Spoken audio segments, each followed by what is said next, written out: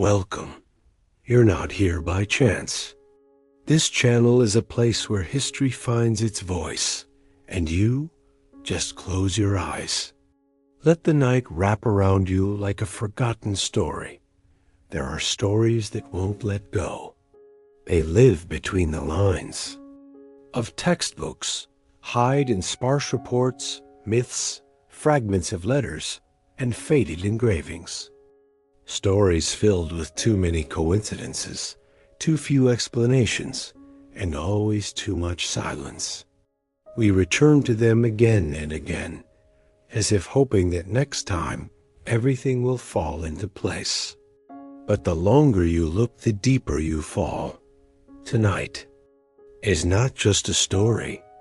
It is a journey through the traces of vanished worlds, tragedies, and legends that still haunt historians, skeptics, and those who believe that beyond the boundaries of reason lies something greater. That we begin with the oldest of them, the civilization of the Sumerians. They were the first to write, to build cities, to divide the sky into constellations. And they left us the myth of the mysterious planet Nibiru, of extraterrestrials and lost knowledge that was supposedly given and then taken away. Who were they? Really children of Earth or visitors from the heavens? Next, we climb into the Ural Mountains, to the Dyatlov Pass. 9 experienced hikers suddenly left their tent at night in brutal cold. Their bodies were found with injuries that cannot be explained by avalanches or animal attacks.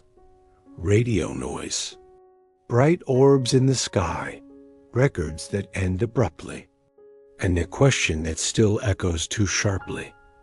What did they see there? After that, we descend to the sea, the Flying Dutchman, a cursed ship forever caught between the waves and eternity. It has been seen by dozens of captains at different times and in different waters, but no one knows whether it ever truly existed. Or is it a projection of the sea's own fear? An image not created by the storm, but by the conscience of those who once turned away from salvation? And finally, Roanoke, a colony that vanished from the face of the earth. More than 100 people, families, children, dreams, crops, homes, all erased as if they never existed. Only one word remained carved: Croatoan. What is it, a clue? A warning? Or a whisper from the past that was never meant to be heard? This lecture is not a search for definitive answers. It is an attempt to peer into the gap between facts, into the space where human fear, hope, and inevitability collide with something we still cannot name. Welcome to the place where history sleeps, but is not forgotten. Some of history's mysteries still disturb both scholars and seekers of the unknown. Conspiracy theories, myths, and sensations grow around them. But everything begins not with fiction, but with facts, with artifacts, texts, and references that truly exist. And if you look closely, history begins to tell a very different version. One of those stories starts in the distant past, with a planet the Sumerians spoke of as the gatekeeper of the gods. The planet Nibiru died about 5,000 years ago. In the fertile valley between the Tigris and Euphrates, the first truly mysterious civilization began to develop. It was Mesopotamia, the land where writing, laws, architecture, and astronomy were born. The civilization of the Sumerians. They built cities, but not just settlements. Each was an independent world. Uruk, Yerlagash, Eridu, Nippur. Each had its own rulers, laws, armies, and markets. But at the center, there was always a temple. The temple was not just a place of worship. It was the brain of the city. Archives were kept there. Criminals were judged. Officials were trained. Chronicles were maintained. And most importantly, they observed the sky. Because everything that happened on Earth, according to the Sumerians, was a result of the movement of stars and the will of the gods. Harvests, droughts, the death of a king, all were governed by the heavens. Their system was astonishingly accurate. In clay tablets preserved to this day, tens of thousands of records are documented. Among them not only laws and recipes, but astronomical tables. The most valuable are from the library of the Assyrian king Ashurbanipal. This library was discovered in the 19th century among the ruins of Nineveh. Today, its tablets lie in the British Museum, and one of them is especially strange. The so-called double tablet Malapin is a true cosmic reference book. It was written in the 6th century BCE, but based on observations at least 7 centuries older. It contains the movement of the sun, moon, planets, stars, calendar cycles, and advice for farmers on when to sow and when to reap. This is humanity's first stellar encyclopedia that the Sumerians knew exactly 5 planets: Mercury, Venus, Mars, Jupiter, Saturn, all visible to the naked eye, each associated with a god. Venus with Ishtar, goddess of love and war. Mars with Nergal, lord of the underworld. Jupiter with Marduk, the chief deity of the pantheon. Planets were called wandering stars. They moved, and their movement was monitored, recorded, used to make predictions. Not only astronomical, but fateful. And here appears one strange word, Nibiru. In Akkadian, Nibiru. It means crossing, point of transition. And it appears in texts of various kinds, from myths to calendars. Sometimes Nibiru is a place in the sky where the celestial equator and the ecliptic intersect, sometimes a specific star, and in some texts a planet dot in the Babylonian myth, Enuma Elish, which tells the story of the world's creation. It says, Marduk placed Nibiru in the sky as a star by which the gods travel. It watches over the paths of celestial bodies so they do not go astray. That is, Nibiru as a celestial overseer, a guardian of order in the starry heavens. Later in texts, Nibiru begins to be identified with Jupiter, especially when it reaches culmination, the highest point in the sky. But in some records, it is simply a planet, while in others, something more. As if the Sumerians knew of something that doesn't fit into our understanding of the solar system. Got in one of the tablets, number 6174, found among the Assyrian archives, there is a particularly interesting mention. It says that the appearance of Nibiru is associated with serious changes, with turning points. Some researchers, like the well-known Sumerologist Wayne Horowitz, suggested that Nibiru was not a specific celestial body, but rather a reference point, a kind of celestial anchor. Other planets and stars align to it like a coordinate system in the sky, not an independent object dot, and importantly, in Sumerian and Babylonian texts, Nibiru is never described as a planet, let alone one with an elongated orbit beyond the solar system. Such a concept simply didn't exist for the ancients. But in the 20th century, the name Nibiru acquired an entirely different meaning. In 1976, writer Zecharia Sitchin published a book titled The 12th Planet. He claimed to have deciphered Sumerian tablets and found references to a planet that enters the solar system every 3,600 years. Moreover, this planet was supposedly inhabited by the Anunnaki powerful aliens who created humanity. Sitchin said that the Sumerians knew not 9 planets, as we do, but 12 celestial bodies, including the sun and moon. His book even contains an image of the solar system, allegedly taken from ancient tablets. However, none of these claims hold up to scientific scrutiny. Tablet VA 243, which he cited, does not depict the solar system. It's simply a geometric design. Sitchin's translations do not match official ones, and most of his conclusions are guesses and fantasies.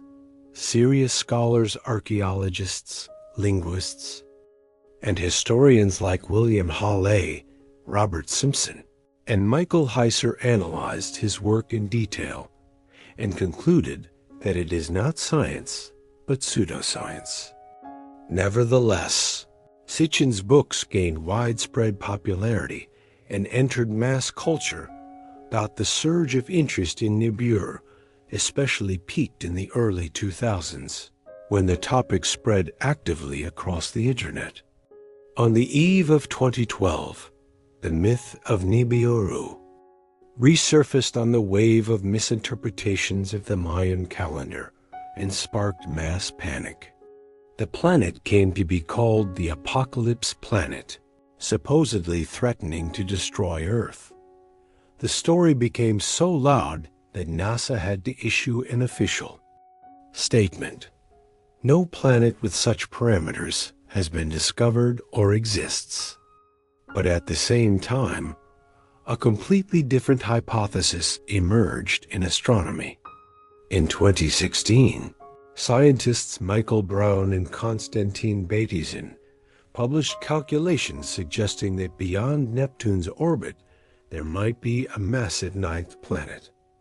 Although it has not yet been observed directly, its existence would explain anomalies in the movement of distant Kuiper Belt objects. This hypothetical planet received the working name Planet 9. And although the number of planets in the solar system remains a topic of debate, this has nothing to do with Nibiru. So we face 2 realities, one scientific, based on archaeology, astronomy, precise observations and texts. The other cultural, made up of myths, fantasies, and popular legends that are not supported by facts. But there is something important. The Sumerians truly studied the sky with great care, seeking patterns and signs among the stars. Their observations laid the foundation for astronomy, which has reached us through the ages. And even though Nibiru was never a real planet, its name has become a symbol of humanity's longing for mystery and the attempt to understand the unknown. And perhaps that is why, even after thousands of years, we continue to ask the question, what exactly did the Sumerians see when they looked at the night sky? We just talked about Nibiru, a celestial symbol of humanity's yearning for mystery. But enigmas don't always float in the starry sky. Sometimes they lie directly beneath our feet, in the snow, among dead trees and silent mountains. Mysteries that are too material to be made up, yet too strange and illogical to offer a simple explanation. One such story unfolded. In 1959 in the northern Urals, 9 hikers set off on an expedition and never returned. Their tent was found slashed open, and their bodies in bizarre conditions, some without clothing, others with inexplicable injuries. On some of the clothing, traces of radiation. The investigation lasted 3 months. The conclusion: an overwhelming force, followed by decades of silence. A case where everything is documented, yet nothing explained. Who were these people? And why, more than 60 years later, do we still not know what happened at Dyatlov Pass? They weren't random hikers. Young, well-prepared, experienced, all students from the Ural Polytechnic Institute, most of them engineering students. The group was led by Igor Dyatlov, calm, reliable, an engineering radio technician and a skilled organizer of routes and people. With him were friends with experience in difficult hikes, including Lyudmila Dubinina, one of the few women who took part in winter treks, and Semyon Zolotarev, a man with a military background and teaching experience who joined the group. At the last minute, on January 27, 1959, they set off. They were last seen in the village of Vizay, where they sent a telegram and continued toward Mount Kolat-Syakhl. There, they set up camp on an open slope, exposed to the wind even though a forested and more sheltered area was just 1.5 kilometers away. Why they chose that slope remains a mystery to this day. The hikers were expected to make contact on February 12th, but there was only silence. The search began on February 20th. On February 26th, the tent was found, cut open from the inside, partially buried under snow. Inside, food, warm clothing, documents, an axe, boots, but no one was inside. Footprints led into the forest, some barefoot, some in just socks, in -30-degree temperatures. The first bodies were found near a fire and on the path back to the tent with no severe injuries. But later, in May, under the snow and deeper in the forest, 4 more bodies were discovered with severe, inexplicable injuries, multiple fractures, ruptured soft tissue, one missing a tongue. Injuries that could only result from an immense force, like an explosion or a fall from great height, but with no external signs of impact. Some of the clothing carried radiation levels 2 to 3 times above normal. The source was never identified. It was explained that one of the hikers worked at a nuclear facility, but none of the others had radiation traces. The investigation lasted 3 months and concluded with a statement: the deaths were caused by an overwhelming force. But what that force was, no one ever said. Investigators were struck by numerous strange details. Why was the tent cut from the inside? Why did experienced hikers abandon their gear and flee barefoot into the cold? Why were those with the worst injuries nearly unclothed? Why were branches broken 3 meters up the tree near where 2 bodies were found, as if someone had desperately tried to climb it? The distribution of clothing among the deceased suggests attempts to warm each other in their final moments.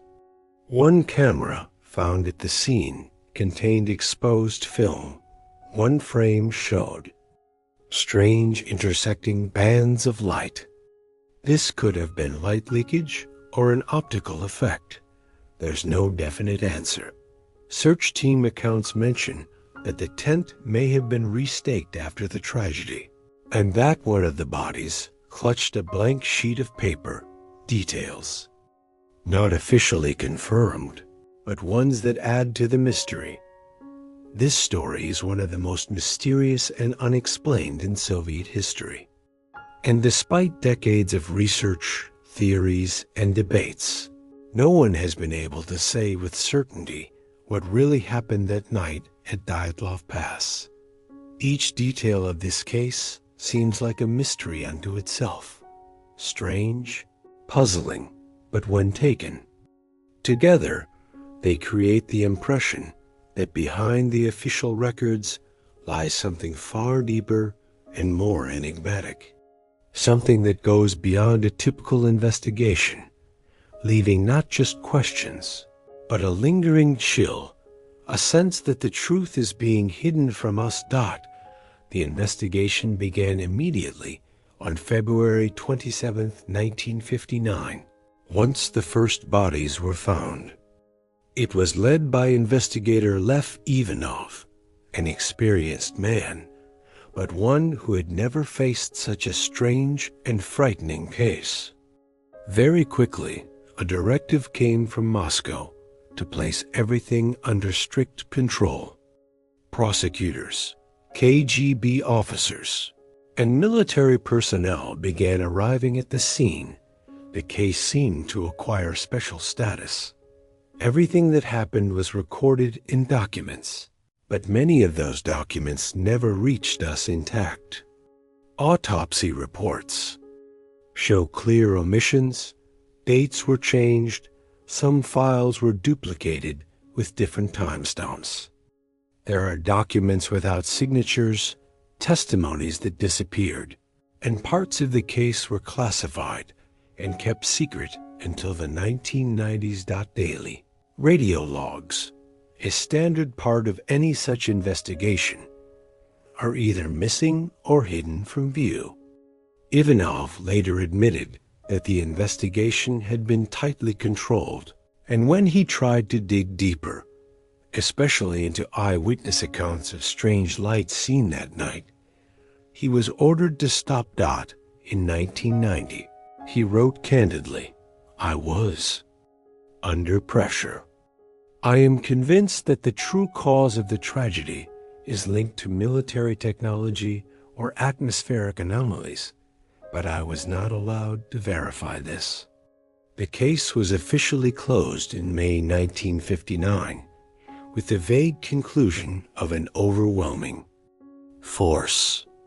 No mention of what actually occurred, no charges, no explanations, just a nebulous phrase. All the experts involved were never called again. No second autopsies were conducted. Opportunities to learn more were lost. After the case was closed, the entire region was secretly and indefinitely closed to tourists. When the materials were declassified in the 1990s, researchers noticed oddities, missing pages, mixed-up folders, documents with unfamiliar numbering. It's clear the case was edited and altered, possibly to hide something important. The official investigation yielded no clear answers, and so a flood of theories began, some fantastic, but many grounded in real, albeit incomplete, facts. Most famous is the theory of military testing. In February 1959, secret experiments may indeed have taken place in that region. Reports from the Ivdel and Vizay areas spoke of rocket flyovers, R-12 missiles. Locals recalled flashes in the sky, bright fireballs, racing across at tremendous speed. Documents that emerged in the 1990s describe parachute mine tests, devices that don't leave craters but generate powerful shockwaves. Such a wave could explain the strange internal injuries seen in Dubinina and Zolotaryov, internal trauma with no external wounds. Another explanation involves panic from infrasound. Under certain conditions, low-frequency sound can induce fear, disorientation, and paranoia. Given the complex terrain of Mount Kolatsyakul and strong winds, an infrasound resonance could have suddenly gripped the group with irrational terror, causing them to flee the tent in panic, often without outerwear. But even if we accept this theory, the key questions remain. Why such injuries? Why did it take so long to find the bodies? There is another version: hidden witnesses. According to it, the hikers stumbled upon something they weren't meant to see, perhaps a military unit or experimental equipment. This could explain the tampering with case materials, missing documents, and altered records. Still, these assumptions are only circumstantial. There's no direct evidence. There are also hypotheses about procedural errors. Perhaps the bodies were found earlier than officially stated, but were temporarily removed for examination. This would explain the confusing dates, inconsistencies in the reports, and the strange positioning of the bodies. These versions don't necessarily prove foul play, but they suggest that the investigation may have concealed the circumstances, not the cause. What matters is this: not a single theory has been officially accepted, but all of them are attempts to make sense of the facts, because the phrase, "an overwhelming force," tells us nothing. More than 60 years later, the Dyatlov case remains a mystery, captivating interest because, despite an enormous body of information, the logic and the complete picture never come together. Even the declassified materials fail to answer the central question: what really happened that winter in the northern Urals? Instead of answers, new data only deepened the mystery. In the early 2000s, a wave of new expeditions swept through. Dyatlov Pass, private investigators, journalists, enthusiasts, all trying to solve the riddle anew. They meticulously studied the terrain, weather conditions, the durability of the tent, and snow behavior. One such expedition cast doubt on the traditional avalanche theory. The slope where the tent stood was too gentle for a snow mass to fall with enough force. Yes, snow may have shifted, but likely not enough to cause the injuries seen on the bodies. The 2020 official conclusion by the investigative committee: a localized snow slab slide, a thin layer of snow that slipped under its own weight. This hypothesis explains why the group fled the tent in panic, but does not explain the nature of the injuries. Not a single classic sign of an avalanche. No broken limbs, no signs of asphyxiation, no long trauma. The tent remained almost intact, neither torn nor buried. All of this suggests that the impact was targeted and uneven, as if it affected only the people. Researchers, comparing autopsy reports and body discovery records from different years, found glaring discrepancies, not just random mistakes, but signs of serious interference.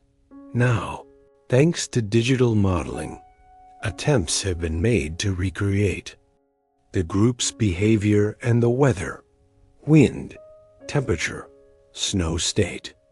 But even powerful simulations yield no definitive answer. For example, had an avalanche been a real threat, the group likely would have stayed together and returned to the tent as soon as the danger passed. But in reality, they scattered in different directions and never came back. What exactly stopped them, and why, remains the greatest of all mysteries. The story of the Dyatlov Pass remains an unsolved mystery that the world has yet to decipher. But now, let us move across the vastness of the ocean, where for several centuries another mystical image has lingered, a ghost ship that, by all logic, should not exist. It is known as the Flying Dutchman. The more is said about it, the harder it becomes to distinguish reality from fear and fiction. The legend originated in the 15th century during the Age of Great Maritime discoveries and the fierce struggle of European powers for new trade routes to India and Africa. It was during this time, when the sea was claiming hundreds of ships, that the first stories appeared about a mysterious sailing vessel that emerges from the fog, sails against the wind, and vanishes just as suddenly as it appeared. The term, Flying Dutchman, first appeared in English-language documents at the end of the 18th century, but the story itself has much deeper roots. The name is associated with Dutch sailors, some of the most skilled and, at the same time, superstitious mariners of the time. The Netherlands was then a powerful maritime nation, and it was through Dutch traditions that the legend made its way into English chronicles and then spread across the world. Most often, the ghost ship was said to appear near the Cape of Good Hope, one of the most dangerous parts of the sea route between Europe and India, which was long considered the boundary between oceans. Sailors did not regard the Flying Dutchman as a mere fantasy for them. It was a dreadful harbinger of doom. Storms, mechanical failures, illness, or even death. According to legend, the ship and its crew are doomed to wander the seas forever. Because the captain violated sacred laws, whether an oath or divine command.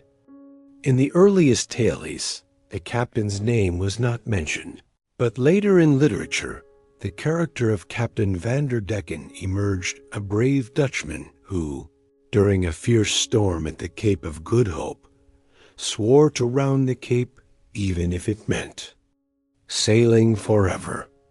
That pride became his curse.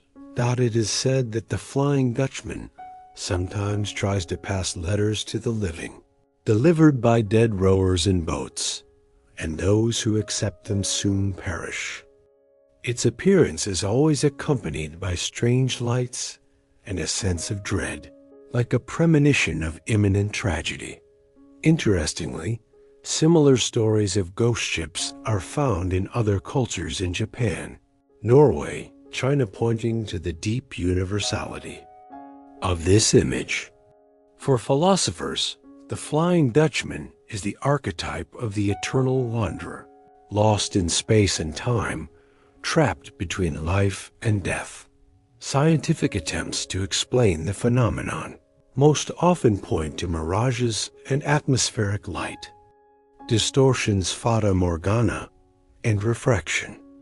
But none of these natural effects explain all the sightings, especially those occurring in daylight, nor do they strip the legend of its eerie mystique.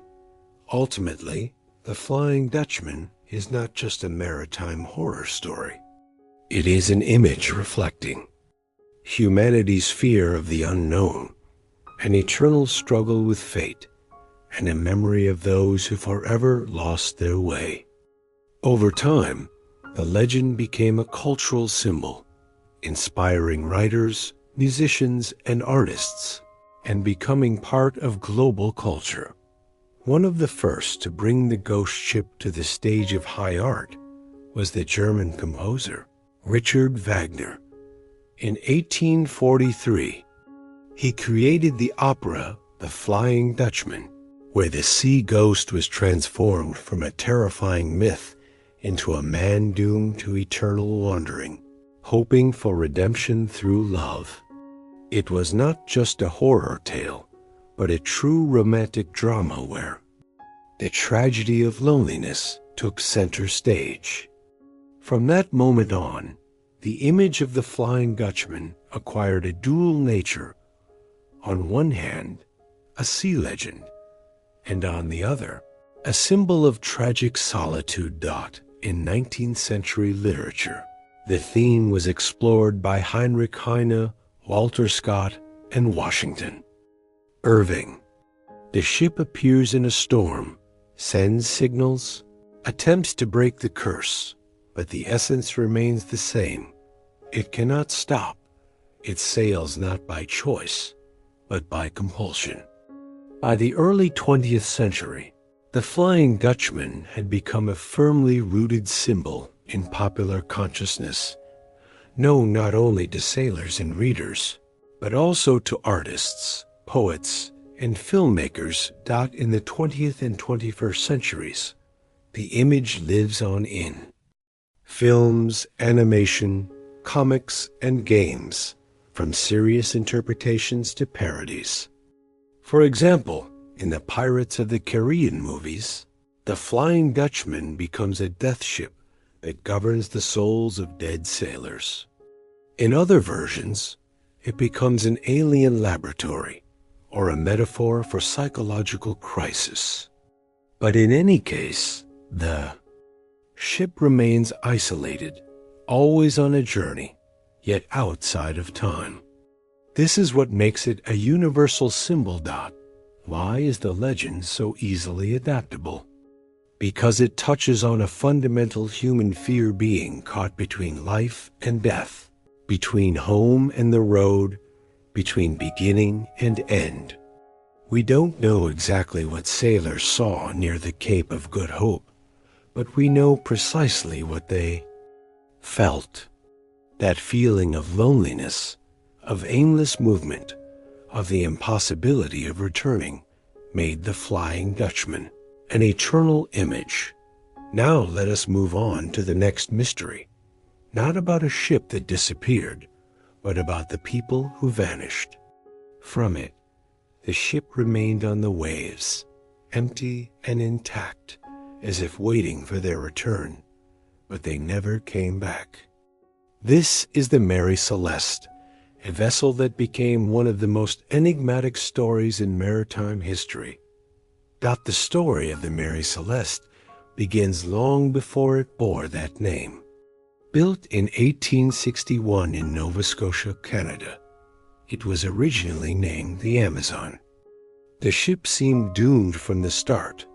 The first captain died just a few days after setting out on its maiden voyage, and the vessel suffered several serious damages. Multiple ownership changes and accidents followed the Amazon. In 1867, it was sold to an American who refitted the ship and renamed it the Mary Celeste. It was a two-masted brig, about 31 meters in length, intended for transporting cargo across transatlantic routes. Under the American flag, the ship successfully completed several voyages, but its reputation remained strange. Sailors noted the vessel's unstable behavior, even though it was technically sound. Rumors circulated that the Mary Celeste brought bad luck. In 1872, Captain Benjamin Briggs, an experienced mariner respected in the New York and Boston maritime communities, took command of the vessel. Accompanying him on the voyage were his wife Sarah and their 2-year-old daughter Sophia, as well as 7 crew members carefully selected by the captain. On November 7, 1872, the Mary Celeste departed from Staten Island, New York, bound for Genoa. On board were approximately 1,700 barrels of denatured alcohol for industrial use. The weather at departure was clear, and the sea was calm. The vessel was in good technical condition and well provisioned for a long journey. For several weeks, the Mary Celeste crossed the Atlantic, but never reached its destination. On December 4, 1872, it was discovered adrift near the Azores under sail, with no visible damage, but without its crew. The captain of the Dei Gratia, David Morehouse, spotted the strange brig and immediately recognized its name. This was surprising me. Mary Celeste should have been far ahead. Attempts to hail the ship were unsuccessful. On board, there was not a single person, no captain, no family, no crew. And yet the vessel was not in catastrophic condition. Personal belongings, clothing, luggage, and provisions remained in place. About a meter of seawater was found in the hold acceptable for a wooden vessel. The sails were partially damaged, one bulwark torn off, hatches ajar, and the pumps operational. The ship's log had entries up to November 25th, the last records. Calm and uneventful. Only the chronometer, sextant, navigational tables, and the single lifeboat were missing, likely taken during an evacuation. There were no signs of struggle, panic, or storm.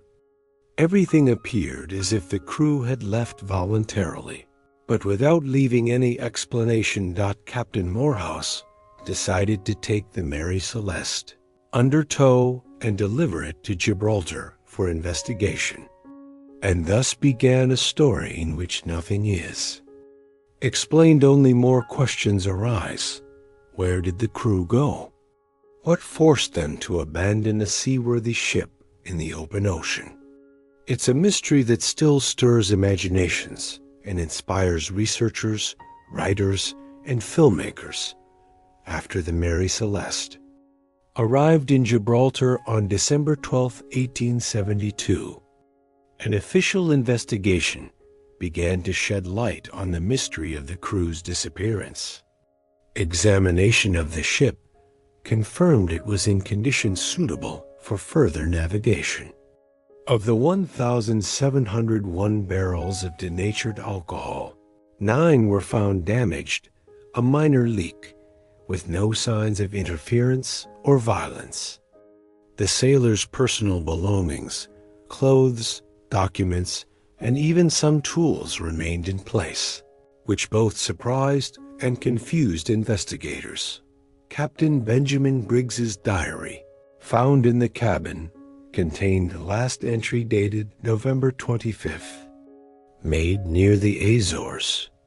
There was enough food and fresh water to last at least a month. No signs of disaster or conflict were found. However, among the missing items were key navigational instruments: the sextant, chronometer, navigation tables, the wheel log, and the only lifeboat.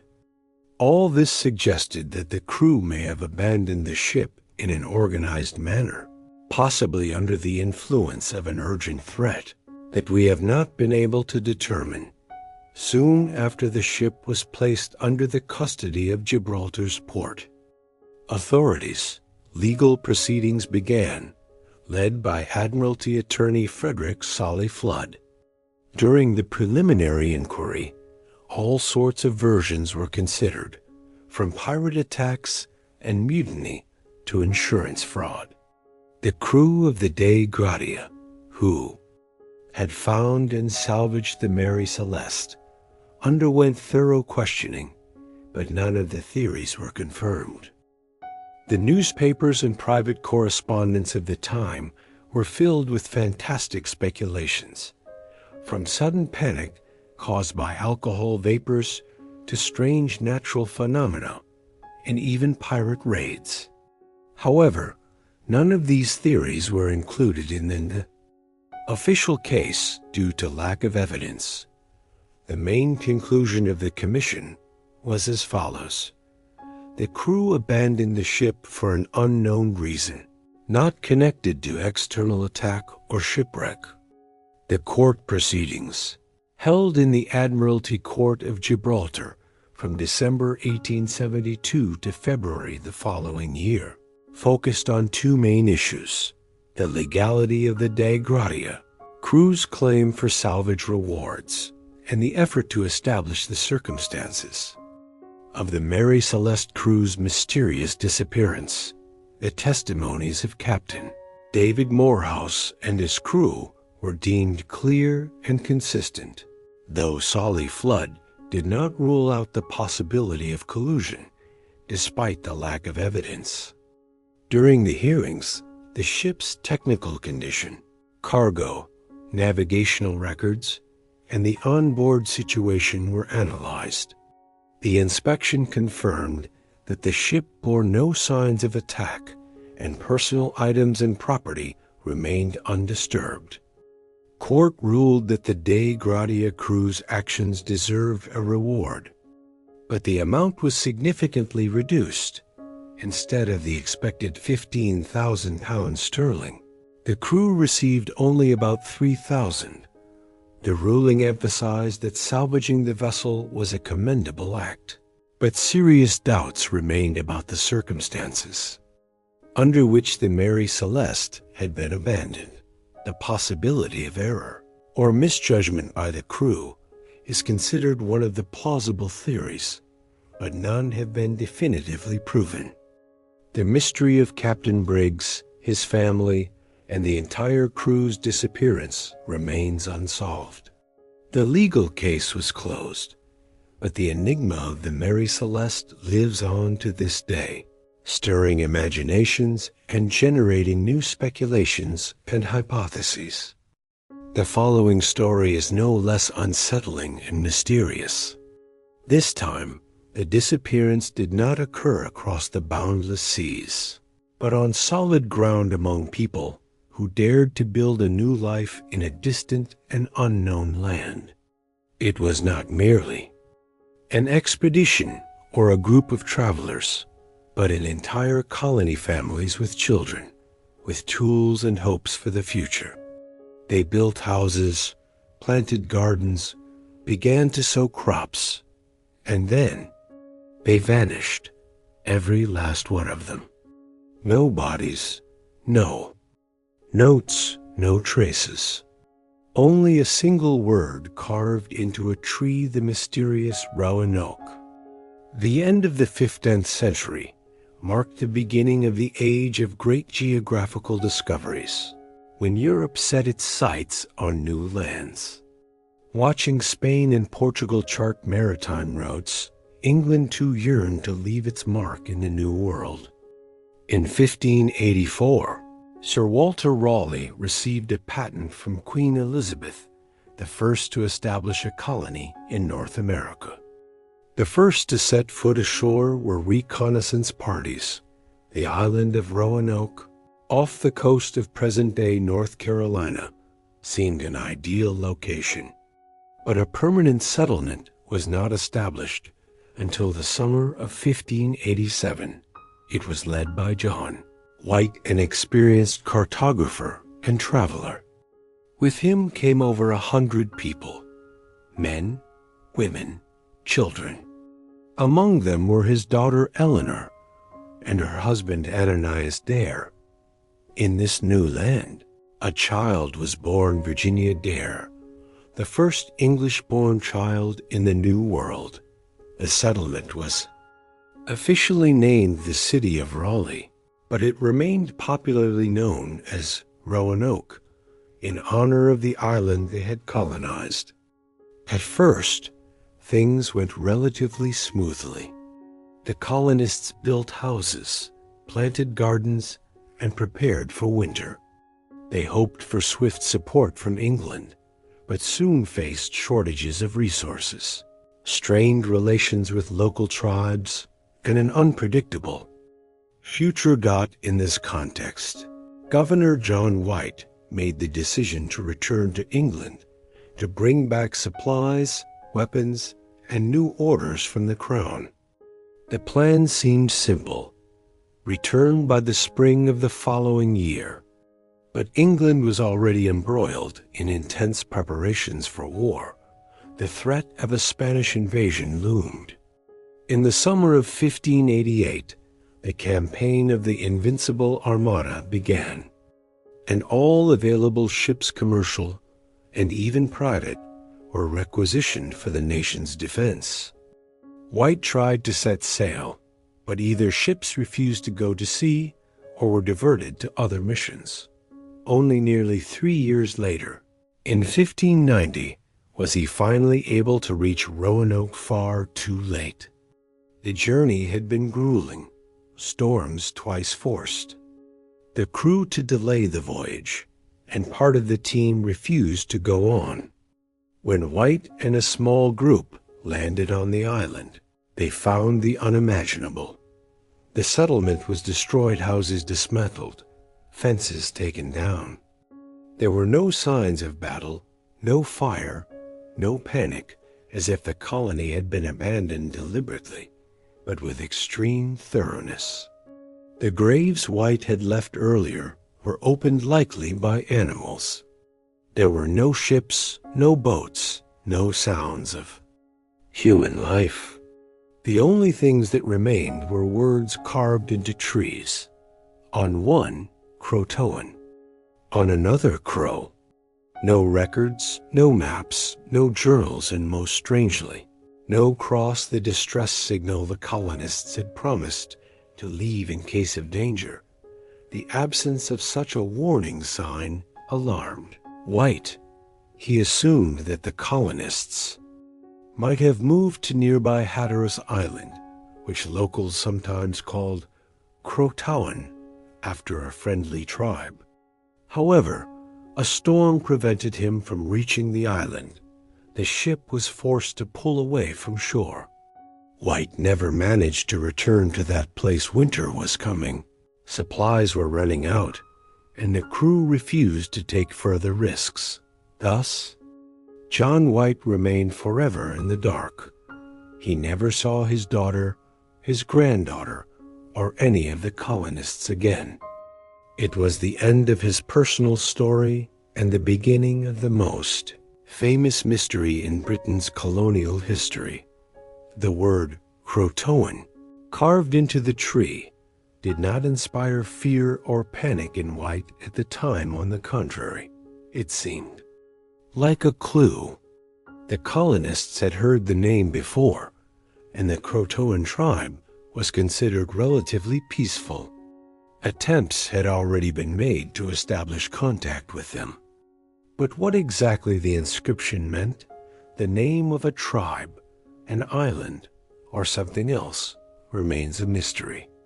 No dates, no details, no hints. White did not know how long ago the carving had been made, or whether those who made it were still alive. He planned to go to Croatoan, but storms and lack of supplies prevented him. It was the last hope of shedding light on the colony's disappearance. Neither he nor any of his contemporaries were able to test this theory. White soon returned to England and never again attempted a voyage to the New World. More than 4 centuries have passed since the colony's disappearance, and during that time, the fate of the Roanoke people has remained one of the greatest mysteries. Throughout the 19th century, efforts to solve it were sporadic, but a real breakthrough came only in the 20th century, when large-scale and systematic scientific investigations began. Historians and archaeologists focused primarily on 2 key locations: Roanoke Island itself, where the colony vanished, and nearby Hatteras Island, the mysterious Croatoan, where John White believed the settlers might have relocated. In the first half of the 20th century, archaeologists began excavations on both islands.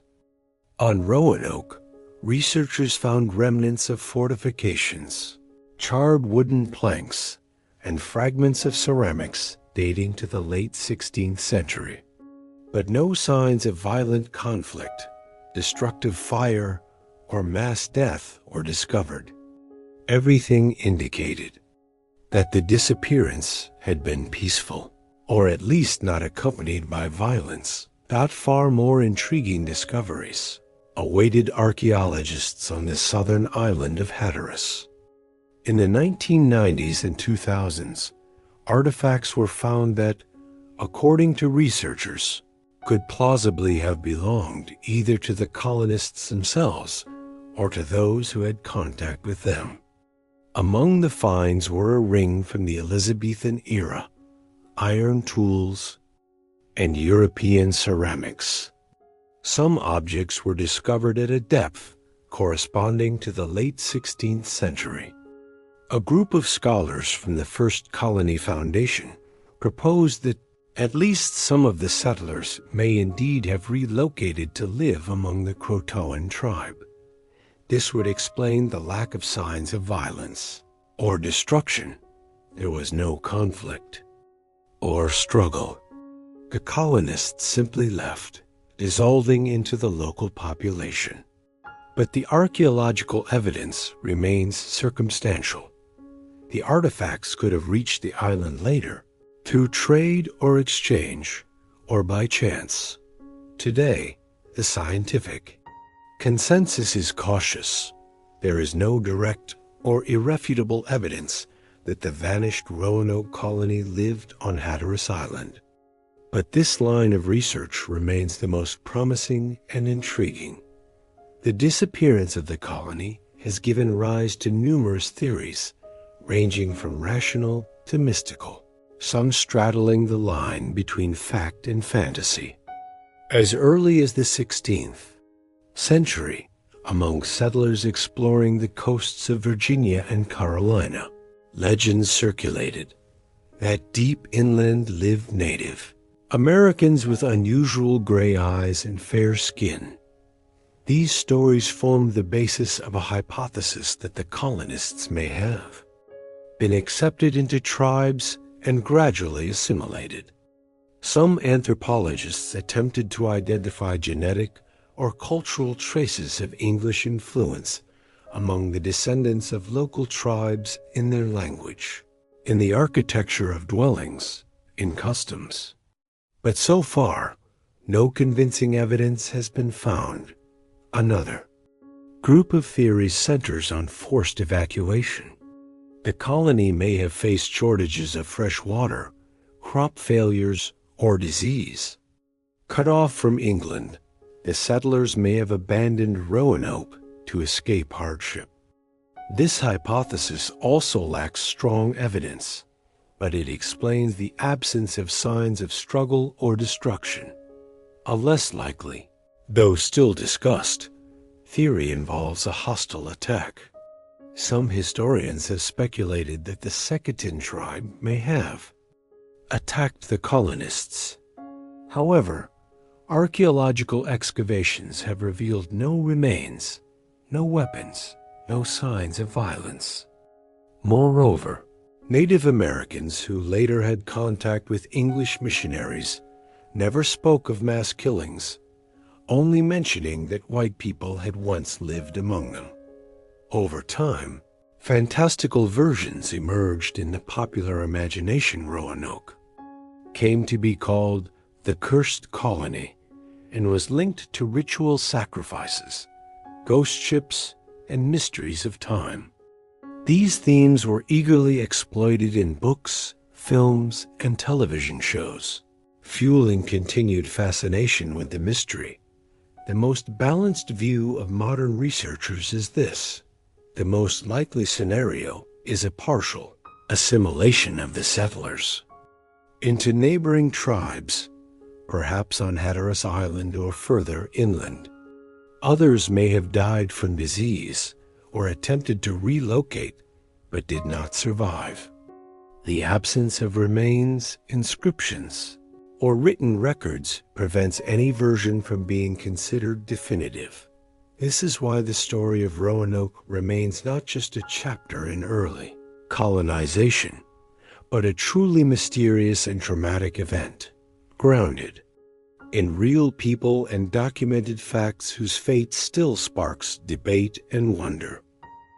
All these mysteries, from the disappearance of the Roanoke colony to the unexplained events at Dyatlov Pass, the legend of the Flying Dutchman, and even the ancient Sumerian myths, represent different facets of one eternal human theme: the encounter with the unknown, the boundaries of our understanding and perception.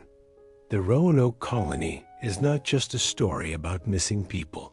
It is a symbol of how fragile and complex humans are when placed in unfamiliar and extreme conditions.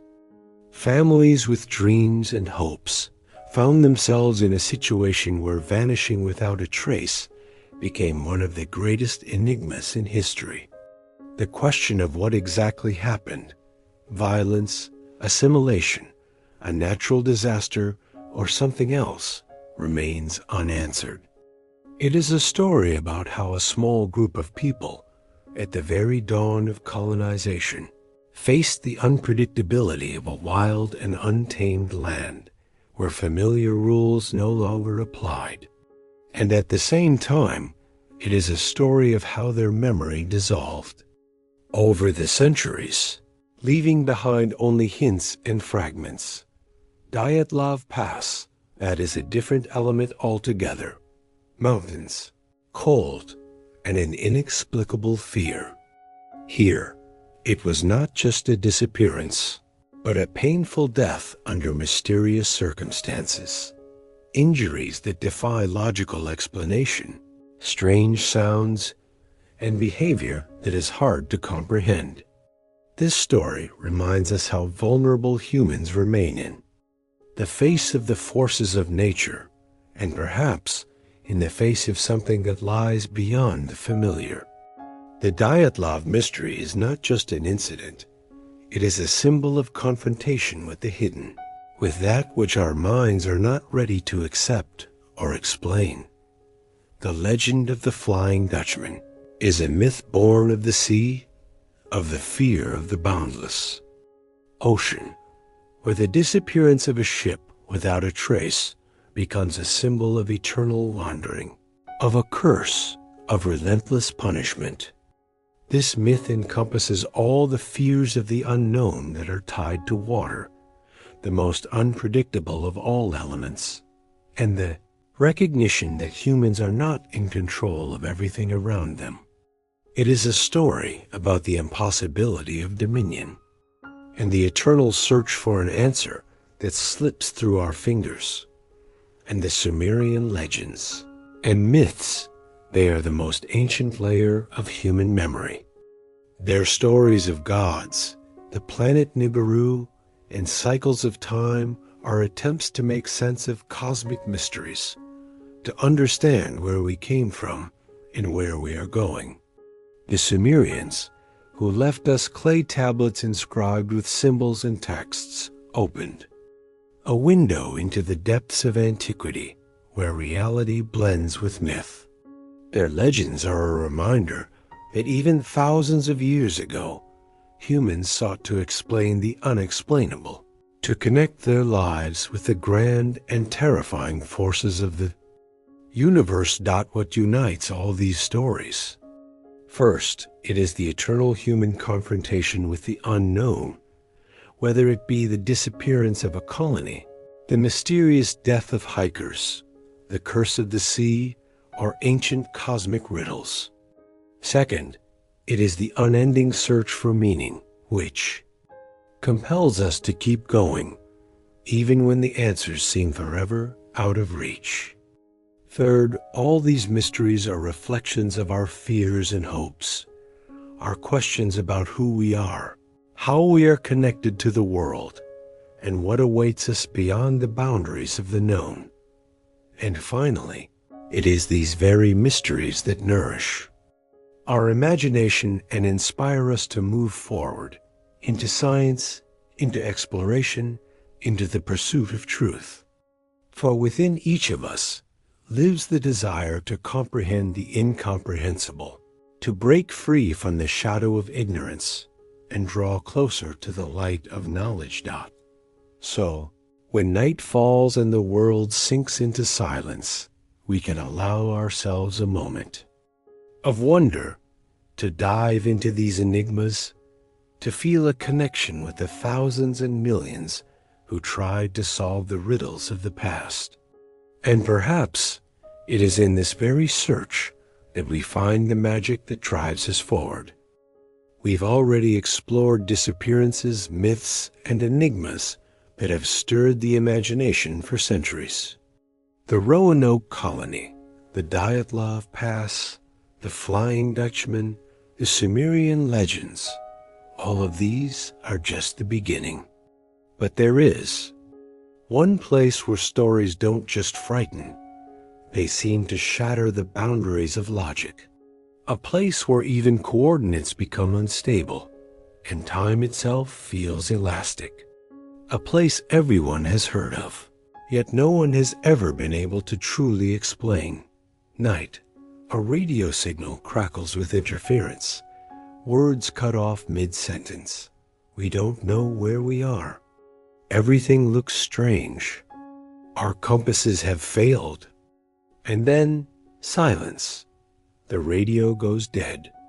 The aircraft never checks in again. No wreckage. No bodies. Only the ocean. Only emptiness. Between Bermuda, Puerto Rico, and Miami lies a zone that has long since passed into the mythology of modern civilization.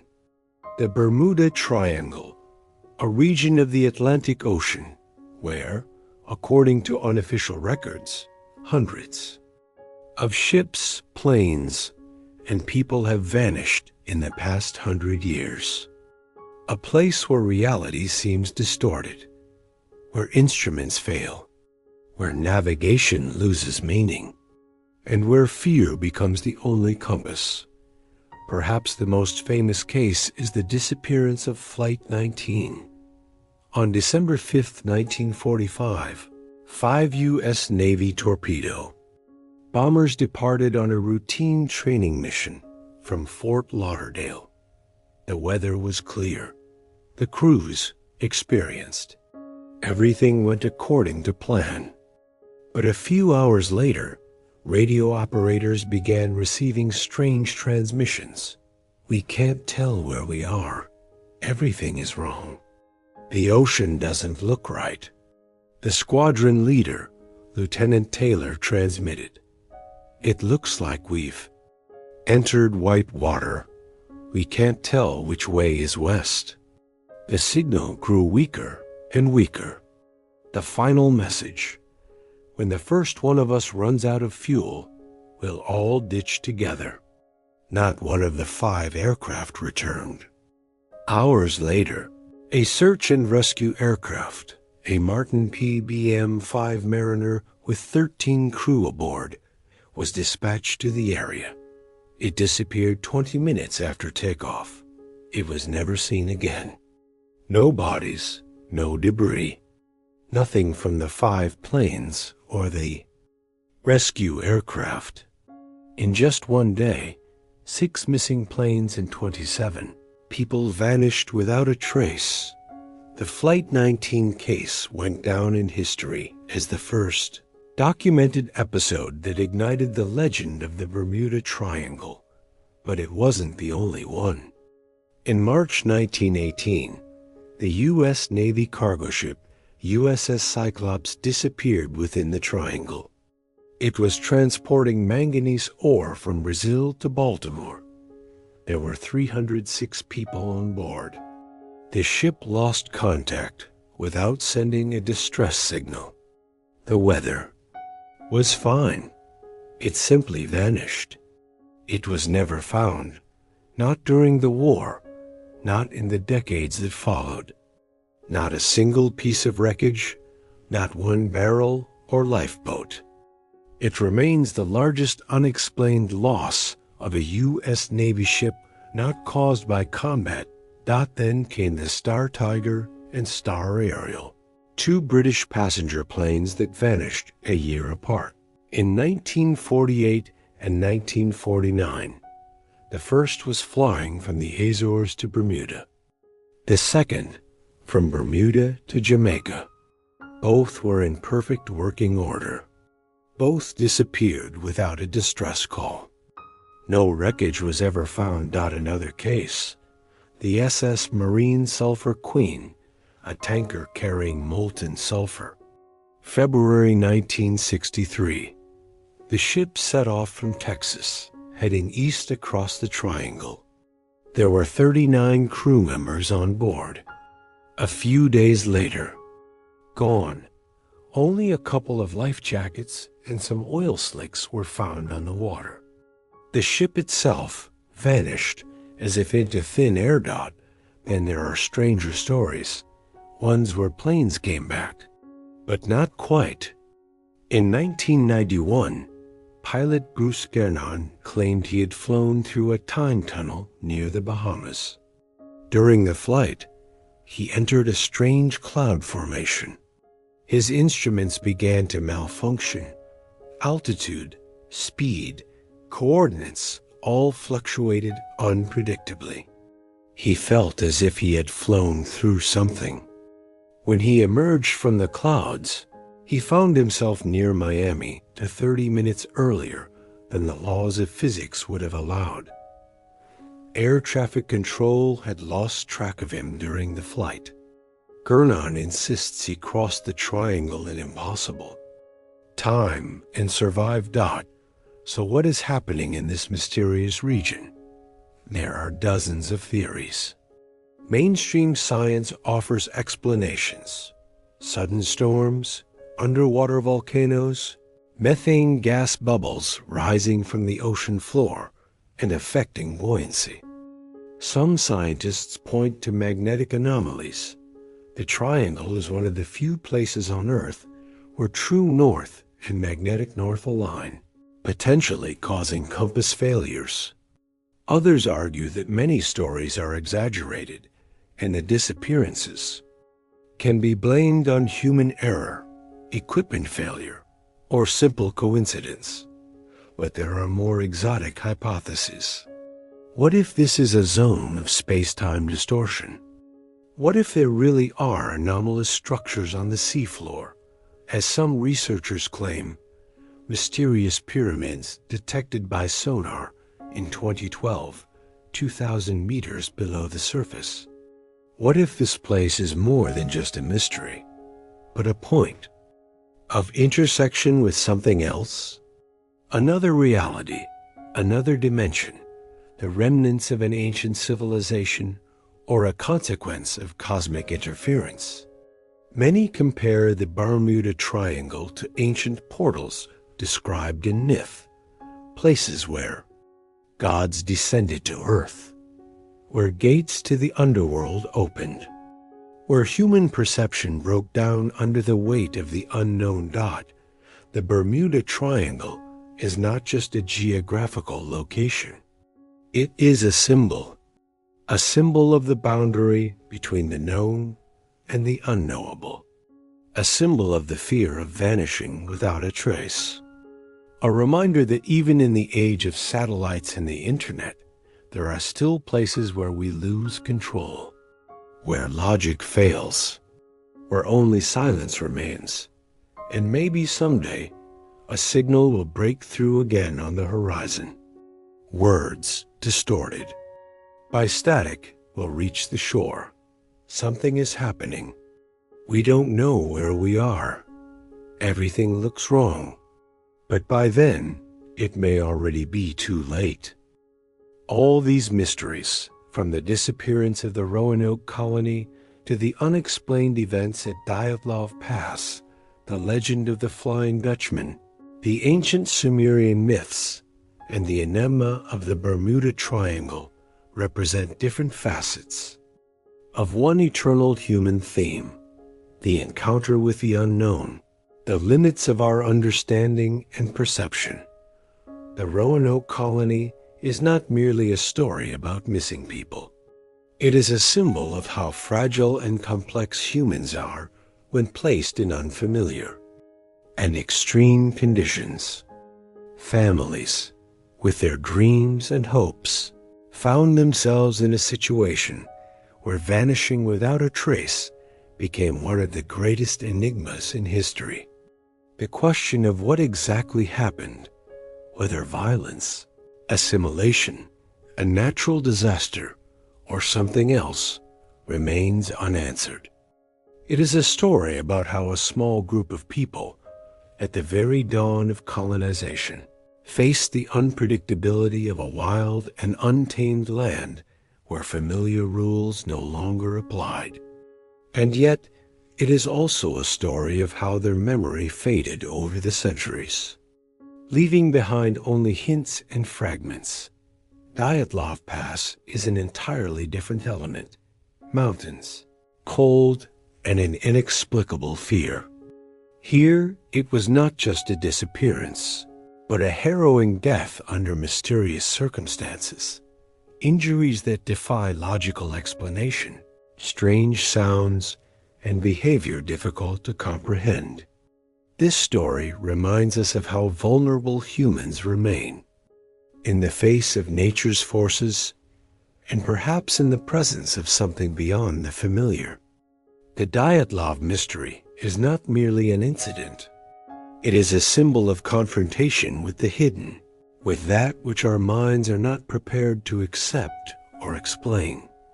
The legend of the Flying Dutchman is a myth born of the sea, born from the fear of the boundless ocean, where the disappearance of a ship without a trace becomes a symbol of eternal wandering, of a curse, and of relentless punishment. This myth embodies all the fears of the unknown tied to water, the most unpredictable of elements, and the realization that humans do not control everything around them. It is a story about the impossibility of dominion and the eternal. Search for answers that slip through our fingers, and the Sumerian legends and myths represent the oldest layer of human memory. Their stories of gods, the planet Nibiru, and cycles of time are attempts to make sense of cosmic mysteries, to understand where we came from and where we are going. The Sumerians, who left behind clay tablets inscribed with symbols and texts, opened a window into the depths of antiquity, where reality blends with myth. Their legends remind us that even thousands of years ago, humans sought to explain the inexplicable and to connect their lives with the grand and terrifying forces of the universe. The Bermuda Triangle, perhaps the most famous modern enigma, adds a chilling layer to this tapestry of mystery. A vast stretch of the Atlantic Ocean where countless ships and planes have vanished without trace. It challenges our understanding of nature and technology alike. Here, compasses spin wildly, time seems to distort, and reality itself appears unstable. The stories from the Bermuda Triangle evoke primal fears of being lost forever in an abyss, where logic fails and silence reigns. It stands as a modern symbol of the unknown, a place where human curiosity meets the limits of comprehension and where the boundary between myth and reality blurs. What unites all these stories? First, the eternal human confrontation with the unknown, whether it is the disappearance of a colony, the mysterious death of hikers, the curse of the sea, or ancient cosmic riddles. Second, the unending search for meaning that drives us forward, even when answers seem forever out of reach. Third, all these mysteries reflect our fears and hopes, our questions about who we are, how we are connected to the world, and what awaits us beyond the known that, and finally, it is these very mysteries that feed our imagination and inspire us to keep moving forward into science, exploration, and the pursuit of truth. For within each of us lives the desire to comprehend the incomprehensible, to break free from the shadow of ignorance, and to draw closer to the light of knowledge. So when night falls and the world sinks into silence, we can allow ourselves a moment to wonder, to immerse ourselves in these enigmas, to feel a connection with the thousands and millions who have tried to unravel the riddles of the past. And perhaps it is in this very search that we find the magic that propels us onward.